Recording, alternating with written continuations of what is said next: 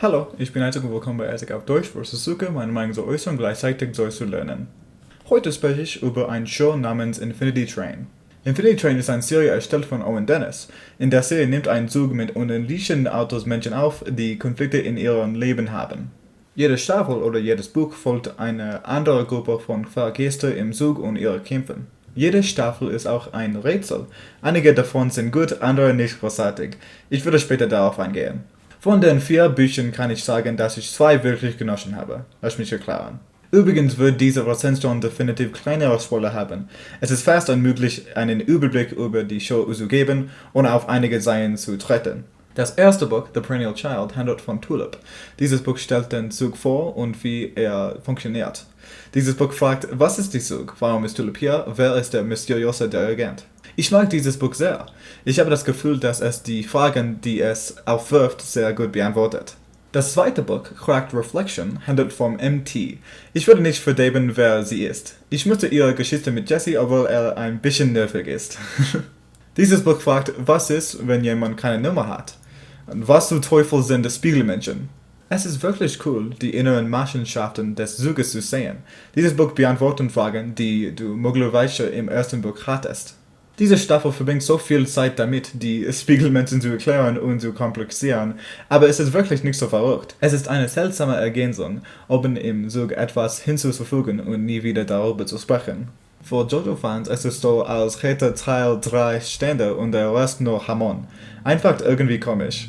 Insgesamt, ich denke, es ist eine großartige Fortsetzung der ersten Büchers. Dann das dritte Buch, Cult of the Conductor. Dieses Buch folgt Grace und Simon, 2 Fahrgäste im Zug, die über einen längeren Zeitraum dort waren. Was an den beiden vorherigen Büchern so überzeugend war, dass sie Fragen stellten, auf die das Publikum keine Antwort wusste. Dieses Buch hat nur die Hauptfiguren, die einfach die falsche Idee haben. Grace und Simon haben keine Ahnung, was die Zahlen bedeuten und nehmen es einfach an. Es macht fast Lust, sich die Haare auszureißen. Es macht immer noch Spaß, die Charaktere zu sehen, aber ohne die entscheidenden Fragen verliert es dich irgendwie. Diese Staffel ist auch unnötig gewalttätig. Dies ist definitiv der Zeitpunkt, an dem die Show von HBO aufgenommen wurde. Ich habe kein Problem mit Gewalt in Medien, wenn ich sie richtig benutze. Parasite ist ein Anime, den ich positiv bewertet habe. Aber in Buch 3 scheint es einfach aus dem Nichts zu sein. Kein anderes Buch ist annähernd so brutal. Ich würde sagen, dass dies leicht mein am wenigsten Favorit ist. Es ist inkonsistent, frustrierend und trägt nicht viel zur gesamten Geschichte bei. Apropos nicht viel zur Geschichte beitragen, Buch 4, Duett. Dieses Buch folgt Min-Gi und Ryan, 2 beste Freunde, die die gleiche Nummer haben. Ich denke, es ist hart zu sagen, dass diese Staffel sinnlos ist, aber es ist sinnlos. Dieses Buch ist ein Prequel. Ohne Grund. Ich denke, du solltest ein Prequel nur machen, wenn es etwas mit deiner ursprünglichen Arbeit zu tun hat. Buch 4 zeigt wenig mit dem ersten Buch zu tun, weshalb du dich fragst, warum es nicht nur in die Gegenwart hergestellt würde. Dies ist besonders seltsam, besonders bei dem näheren Cliffhanger von Buch 3.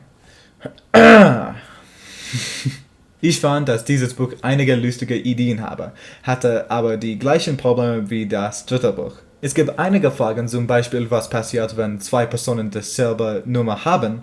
Das Problem dabei ist, dass mir egal ist. Der Zug ist ein so großer Teil der Show, aber es eher wie eine Nebenquest erscheint, wenn man in einer Staffel nicht mehr darüber erfährt.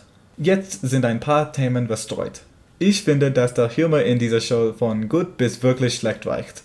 Hier bin ich definitiv in der Minderheit. Etwas über die Lieferung im Adventure Time Stil und zufällige Witze lässt mich die Augen verdrehen. Diese Show ist übersät mit skurrilen Sidekick-Tropen. Die Musik in dieser Serie ist jedoch phänomenal. Jede Staffel wird durch einen mysteriösen Synth-Soundtrack ergänzt, der du wirklich in der Bahn siehst. Der Soundtrack ist auf Spotify und der Track Running Away ist definitiv mein Favorit. Wenn es eine Sache gibt, die Infinity Train auszeichnet, dann ist der Ton. Es weiß, wann man durch sein muss, wann man es ernst meint. Hauptsächlich. Aufgrund der Variabilität ist es schwierig, Infinity Train zu bewerten. Ich würde die Bücher mit ihrer eigenen Bewertung auflisten. 1. The Perennial Child. 8.5 von 10. 2. Cracked Reflection. 8 von 10. 3. Cult of the Conductor. 4 von 10. 4. Duett. 5 von 10. Owen Dennis hat gesagt, es habe mehr Bücher geplant, aber das sieht für eine Weile wie der letzte von Infinity Train aus. Es gab Gerüchte, dass ein Videospiel oder ein Film das nächste Projekt sei. Ich hoffe nur, wenn sie hergestellt wird, sind sie den Wurzeln von Infinity Train mehr treu. Geheimnis und großartiger Ton. Vielen Dank, dass Sie sich dieses Video angesehen haben. Wollen Sie mein Deutsch korrigieren oder Ihre Meinung mitteilen? Kommentieren unten. Bis zum nächsten Mal. Tschüss.